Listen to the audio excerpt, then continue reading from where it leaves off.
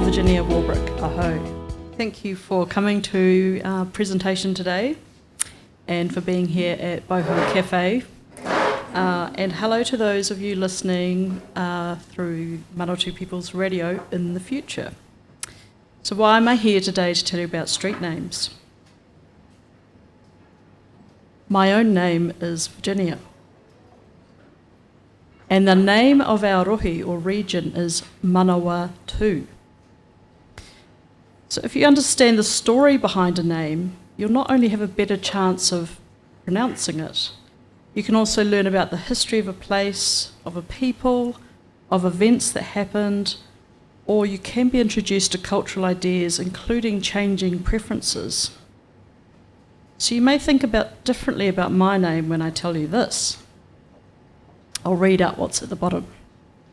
Virginia, or probably pronounced Virginia. My mother was a Latin teacher, and she chose a name that was heard in the streets of Rome millennia ago. Dad was a chartered accountant, and I don't know that he had a say.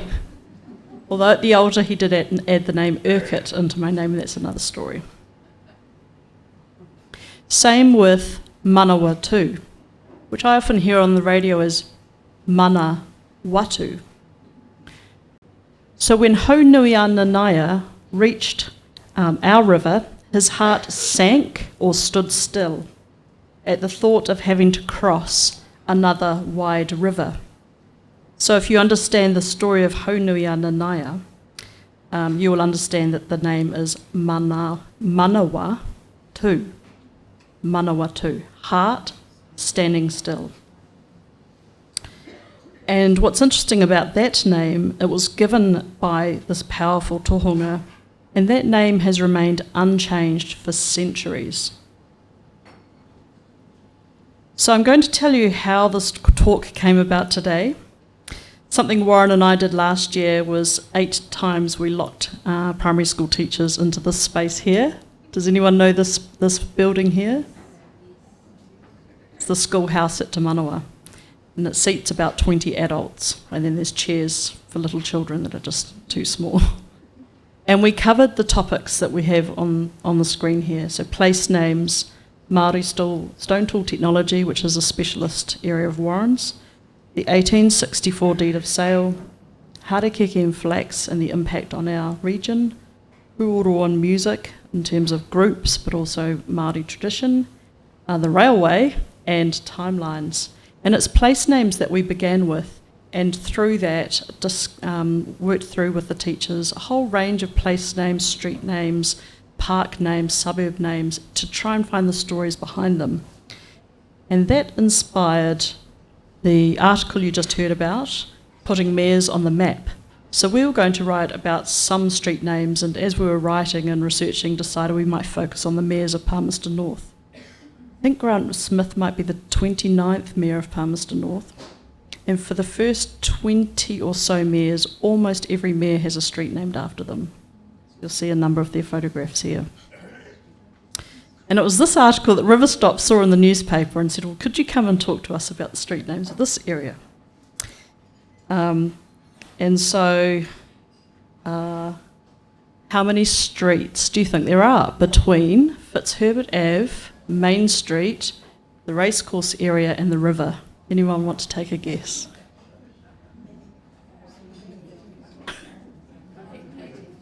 80? Any higher than 80? 120?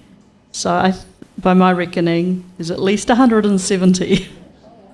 Now, I can tell you now, I haven't got the, can't tell you about all of them, but I will share with you at the end the ones that we're still seeking information about, because there'll be people in the room who may have an idea about why certain streets have those names. Does our city already have a resource, or a book, or a website on the meanings of our street names? No. So the short answer is no, but this is the best that I think we have. And this is, on the left here we have Sinclair Bradfield, who was born in 1892, died 1964.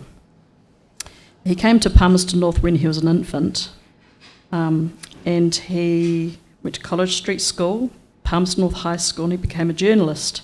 And he worked with the Manawatu Daily Times from 1925 to 1954. And it was at the end of his time at the Manawatu Daily Times that he put this work together that's on the right. So that's the total number of streets that he had a go at trying to describe why they had those street names. And it's a great resource for its time.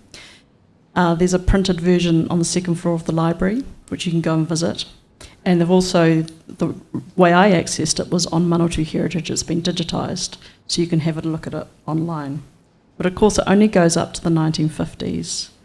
And what's really important for this area is the boundary changed for the city around that time. So he does not include a lot of this area because it was not part of Palmerston North when he did the work. So how did I go about trying to prepare and research for this presentation today? Well, there was no book on Palmerston North, but there's plenty on other towns and cities around the country. So there's a case for us to, over time, create one for the city. I used Manawatu Heritage. Are you all familiar with the Manawatu Heritage website? If you're not, that's your homework for today. If nothing else, is to visit the Manawatu Heritage website. It's hosted by the city. It has tens of thousands of mostly photographs, but lots of other documents as well.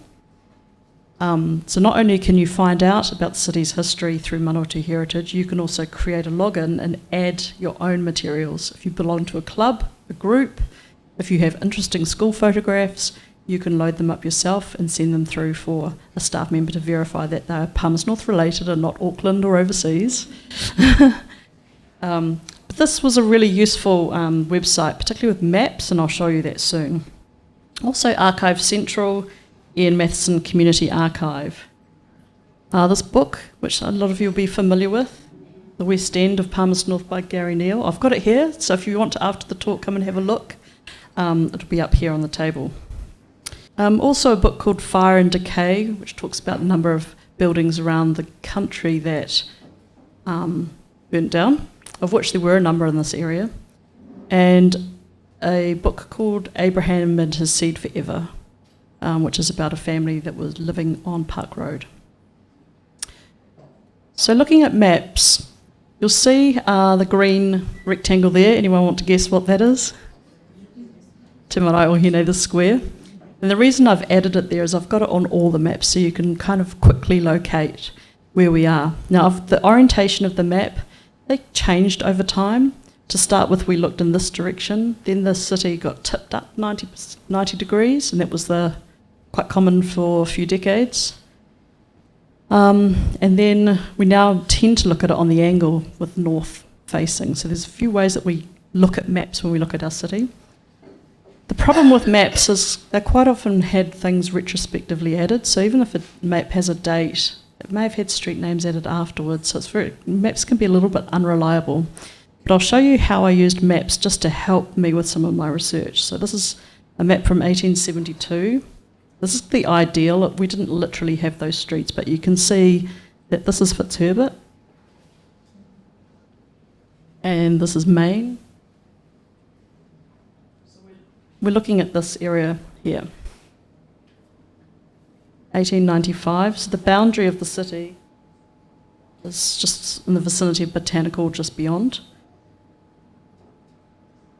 1906, 1924, so you've had to tip these ones over to make them the same.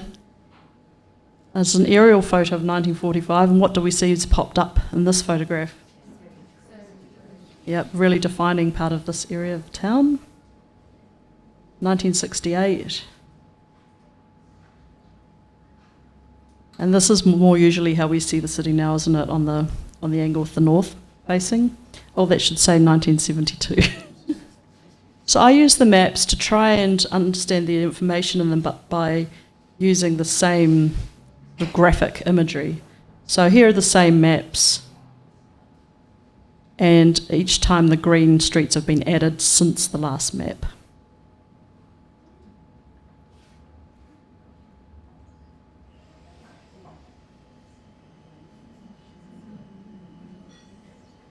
So you can visually see the Awapuni, the part closer to Fitzherbert was slowly changing, and then there was much more rapid change here following that boundary change.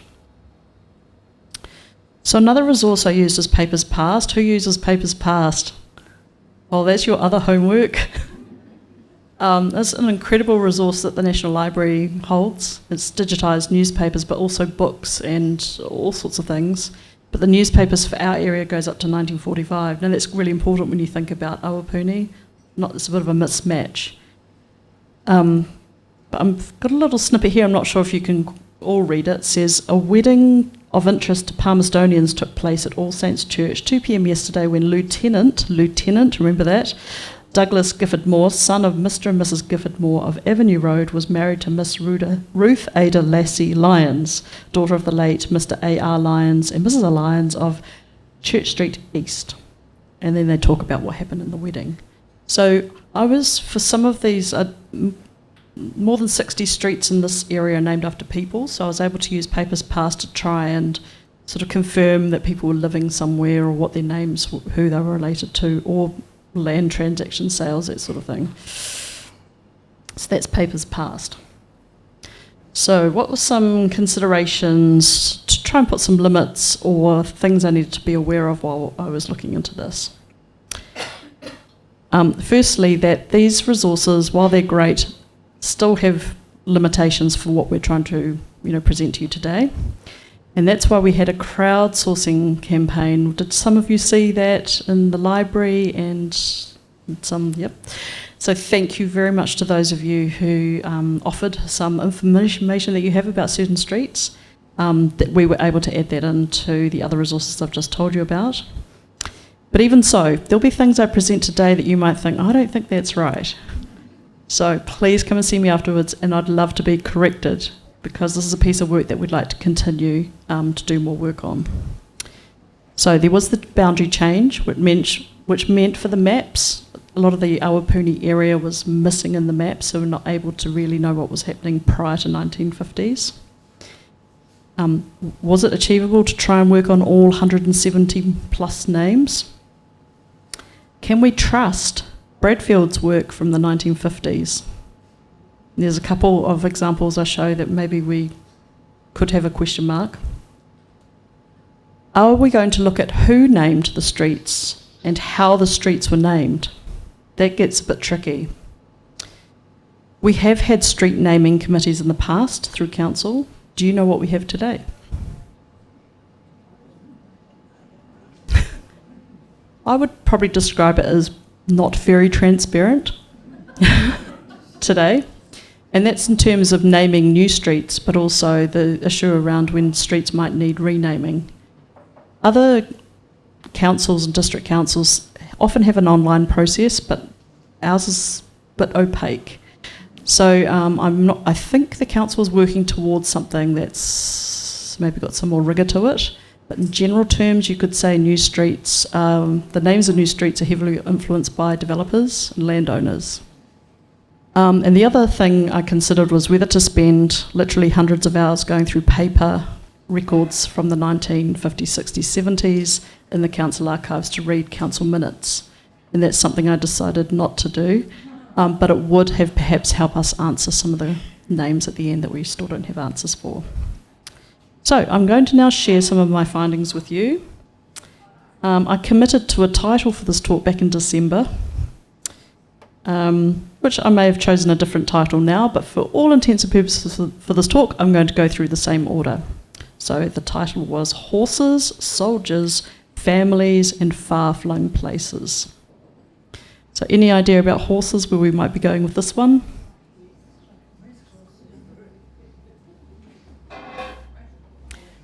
So the area, particularly on this map above the racecourse, have strongly horsey type names. Now, they are some of the newest streets in the area, and if when they were being named, council or whatever processes were being used had said, what could we do from a heritage or cultural perspective, then there might be names offered like who ran the racecourse. Were there significant horses that won at the races? Were there particular events associated with our racecourse? But instead, we have the names of racecourses from around the world. From the UK, the US, and Australia. So we have Newmarket, Flemington, Kentucky, Aintree, Doncaster, Caulfield, Cheltenham. And there are also streets called the Oaks and Grand Oaks, which I think are associated with horse racing, and trees, and large trees. But we do have one street named after a horse, Carbine. Does anyone know much about this horse? So I couldn't establish whether this horse had actually raced at Awapuni. But that's not surprising because Palmerston North's often missed out in descriptions of people or events, even when it was an important part of their life.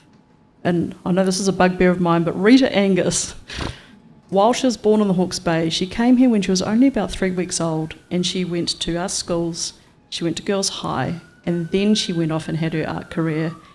Girls High well knows that Rita Angus went to Girls High, but she's often, Palmerston North has missed out of her biography in her exhibitions of Wellington and other places. So it could well be that this horse raced here, but it hasn't been recorded in the information I could find at least. So Carbine was a champion New Zealand bred thoroughbred racehorse who won 30 principal races in New Zealand and Australia. Now Carbine was born in 1885, died 1914, so he had a nice long life.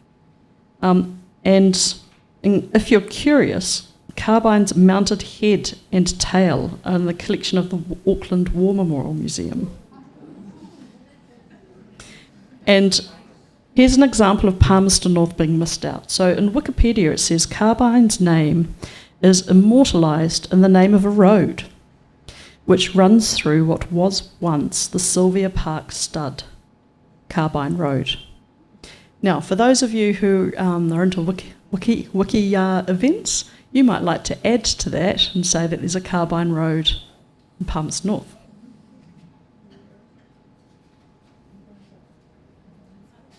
Okay, soldiers. Anyone know which area we might be focusing on for soldiers? So I use this resource here, Poppy Places. Are you familiar with Poppy Places? So this road we're on here has a poppy on the road sign, just like this one here. Pitama. And we're looking at the streets that are roughly in this area.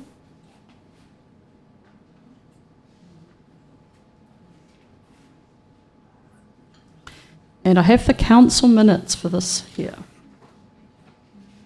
So from the 7th of October 1964, the Street Names Committee, we did have one then. So a meeting of the Street Names Committee was held Wednesday the 7th of October, and it names who was present. The committee begs to report the following. That as previously recommended, the committee considered the street names to be applied to the council's Awatapu subdivision in accordance with a supplied schedule of suggested names of officers and other ranks who served with the 28th Māori Battalion. The committee recommends that the streets in the council's Awatapu subdivision be named in commemoration of the following officers and men who served overseas with the 28th Māori Battalion. Now what's quite interesting is this name doesn't quite match our street map. So we have Ditma, Wikiriwhi, Manahi, Anaru, Ruha, Te Punga, Kātene, Rangi and Henare. So Rangi and Manahi we don't have, but we do have Pitama and Uata. Well, I think we're not on this original list, so there must have been some changes as they went along. So these photographs have been sourced from mostly the Auckland War Memorial Museum, who've got online cenotaph. Are some of you familiar with that resource? An amazing resource. And it's through online cenotaph that I discovered something I'm about to show you. So these are the street names over in this area here. While these were 28th Māori Battalion, associated with the 28th Māori Battalion, Ditma was not Māori himself, but he was thought to be an awesome leader for men in the battalion. Okay, so they're from World War II. World War I, we have Major General Sir Edward Walter Clervaux Chater, and that street's just off Fitzherbert. And he also has a street named in his memory or honour in Karori in Wellington as well. This is the one I find interesting. So it's through the online cenotaph and through papers past, like I showed you before, we heard about the wedding of this young man, Douglas Gifford Moore. Now I've put a Poppy Places over there because if you like making submissions or suggestions, you might like to suggest that he gets added to Poppy Places because he currently isn't, and yet he's served. And I think that's the criteria for being a Poppy Place. That's something you might have an interest in looking into. Okay, so those are our soldiers. Next category is families. Were streets always named after men?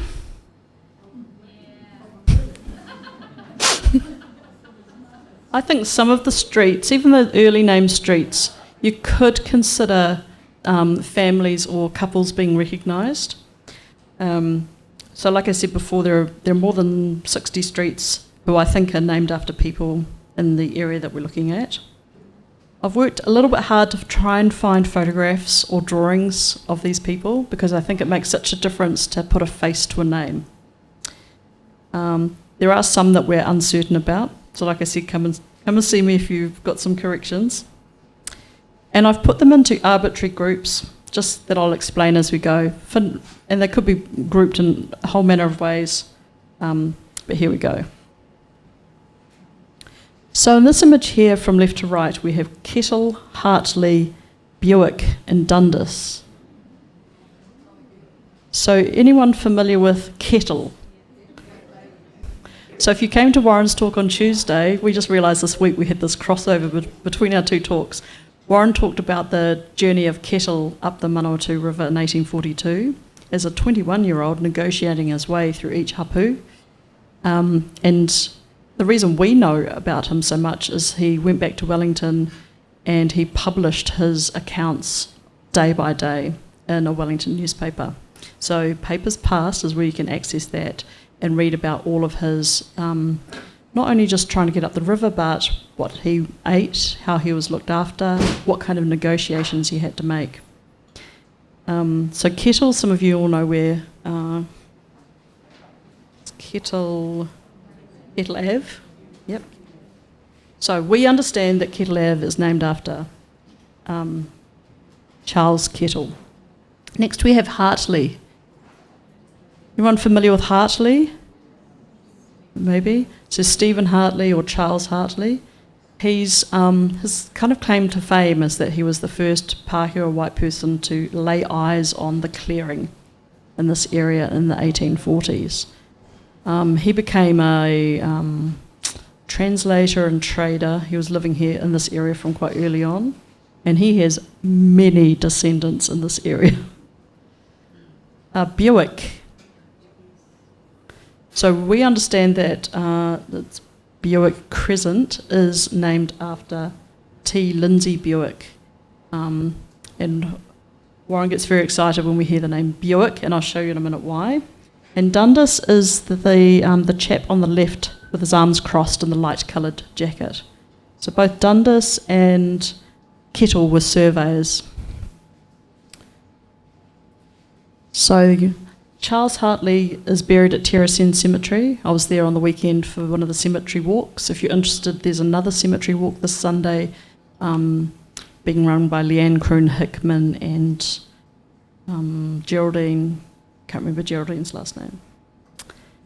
But he's got a little piece of music on his tombstone at the bottom there. It is well with my soul. I won't sing it for you, but it's in 4 parts. But it does say on his tombstone that he was a settler and trader. Stephen Charles Hartley in 1846 was the first white man to set eyes on the Papaioia clearing in heavy bush, which later became the site of Palmerston North. And you can see from the photograph he's right next to the SPCA, that part of the cemetery. So this is what gets Warren excited about T. Lindsay Buick, is he wrote Old Manawatu. Are you familiar with Old Manawatu? Warren rates it as a book that you really must read. And if you can't get your hands on a copy, because it was written in 1903, it has been digitised, so you can read it through Manawatu Heritage. The thing he enjoys about it most is that the rangitane informants he thinks were reliable informants to the writer. Okay, so here are people who. So the last slide was really these four. They all kind of had jobs to do, or are noted for the things that they did in this area. In the same way, you could say about these men. So I'm not sure, how do you pronounce this name? Does anyone live in this? Tingi? So Tingi was a city councillor for about 3 years in the 1890s, but he's more known, as you can see in the photograph, for being a fire brigade captain, which he was from 1883 to 1905, so about 20 or more years as a fire brigade captain. In the middle we have a photograph of the abattoir. Does anyone know much about the abattoir that was in the area? A little bit, yep. So on Maxwell's line up towards Pioneer Highway. I don't know where I've put my notes. It was council owned and run through sort of most of the first half of the 20th century. And so there are two streets named in the area of the abattoir, one after Spillman, who's the man standing on the left, and the other after Carter, who were both had senior positions within the abattoir. I don't have a photograph of Carter. And then on the right there we have Fred Just. Now, some of you will know about the Just family. So they were involved with horticulture. Particularly Bruno Just had quite a significant career in horticulture in relation to kiwi fruit. And Fred Just, who was born in 1901, he purchased land in Cook Street in 1929, and he worked alongside his father till the 1950s. And he specialised in growing tomatoes, and the piece of land he had eventually there became Just Place.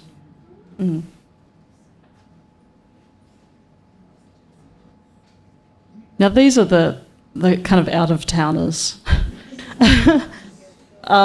Victoria, I mean I probably should have called her Queen Victoria, but just sticking with giving the name of the street, so we have Victoria, which is a road through the Esplanade. Cook, not really sure how to describe him. You'll have your own version of what he is. Wakefield, similar, not good feelings for Wakefield these days, but involved with the New Zealand Company. Fitzherbert, who was a Wellington-based politician, and much more recently, Squires, which Bradfield says was Reverend Harry Squires, a Wellington City Missioner. So I'm not sure what his connection is or why his name was chosen or who chose it, but that's Bradfield's theory. And he would have been of Bradfield's era. So if anyone has any insight into that, it's thought to be named after him.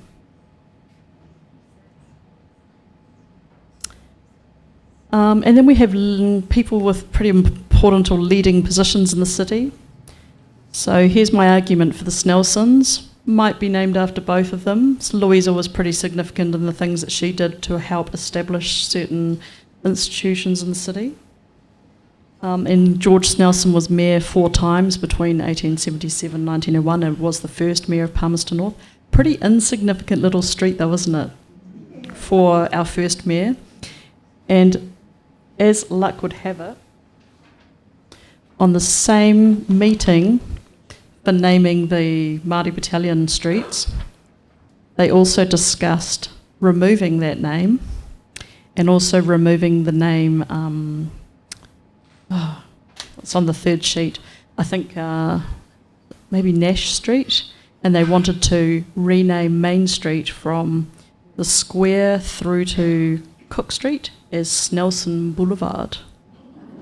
And from sort of maybe the bus stops through to Memorial Park, something like that, Nash, the James Nash Boulevard, to recognise what, looking back from the 1960s, they must have considered as significant mayors. So Snelson, anyone know much about Robert Keeling? I think he's an interesting chap. He was the principal or head teacher of the first Palmerston North Primary School, and then he became what we would call now the CEO of the council.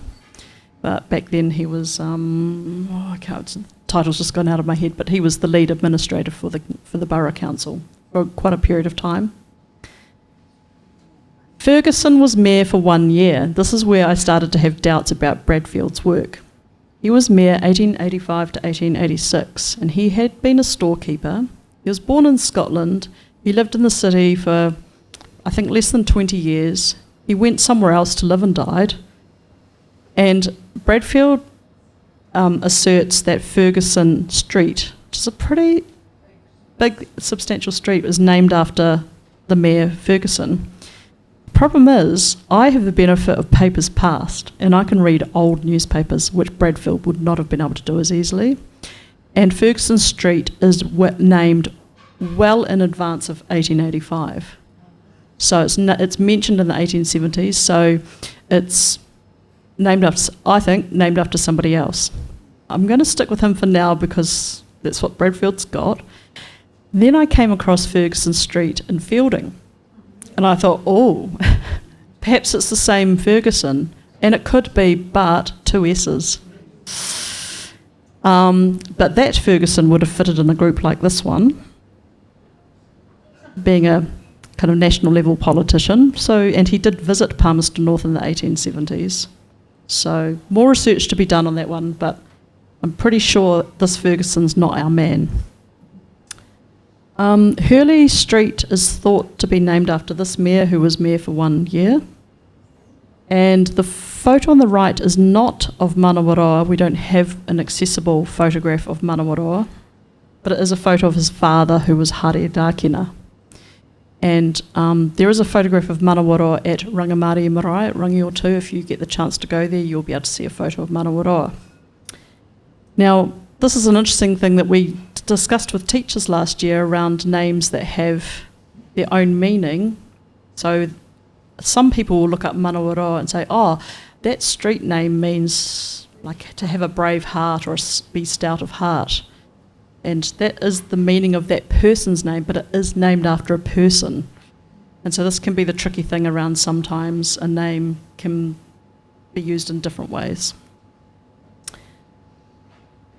Okay, so here we are at Savage Crez. So some of you will know some of the names of the streets that come off Savage Crescent, come to mind.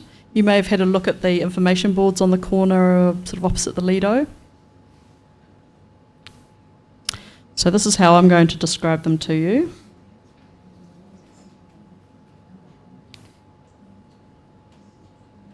I mean, do I need to tell you much about Savage Crez? I think we know that it was a pretty substantial housing project in the 1930s.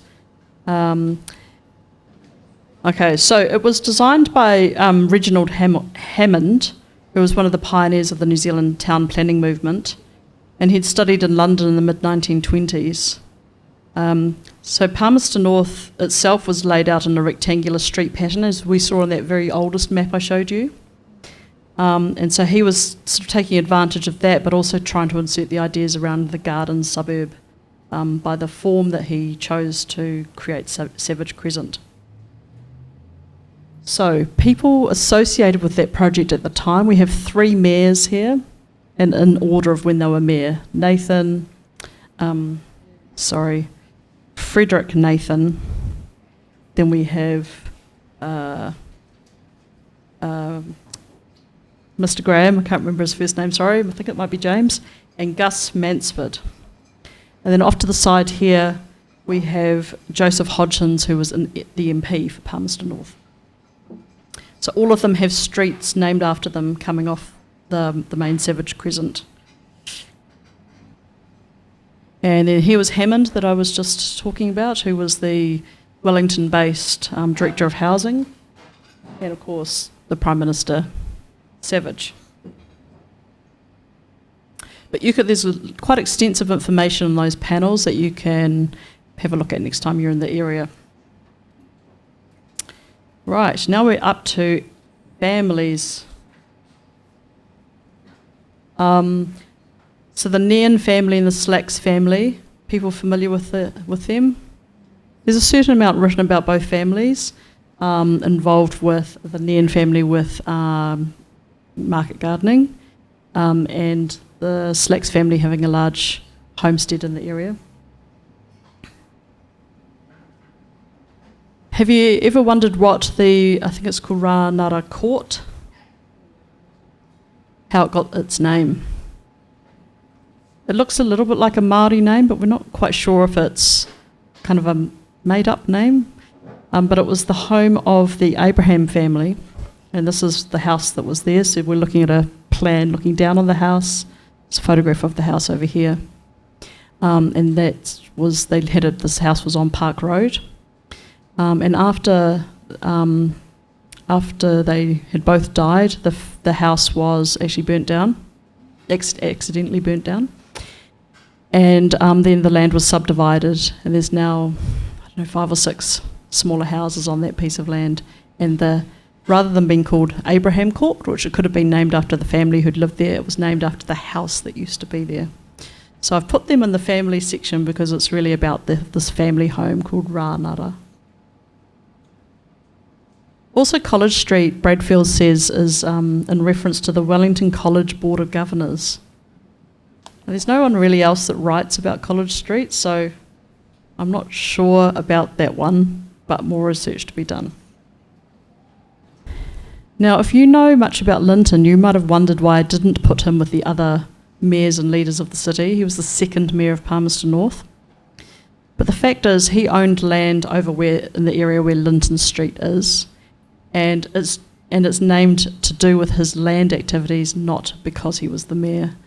So also on the list next to him are names that we know are associated with families who owned land and subdivided or named lanes or streets after their family names. So at the bottom here we have a little bracket of Moore, Thompson and Douglas. So we've already looked at Douglas, which was the street named after the young man who went to war, got married at All Saints, the lovely young lady.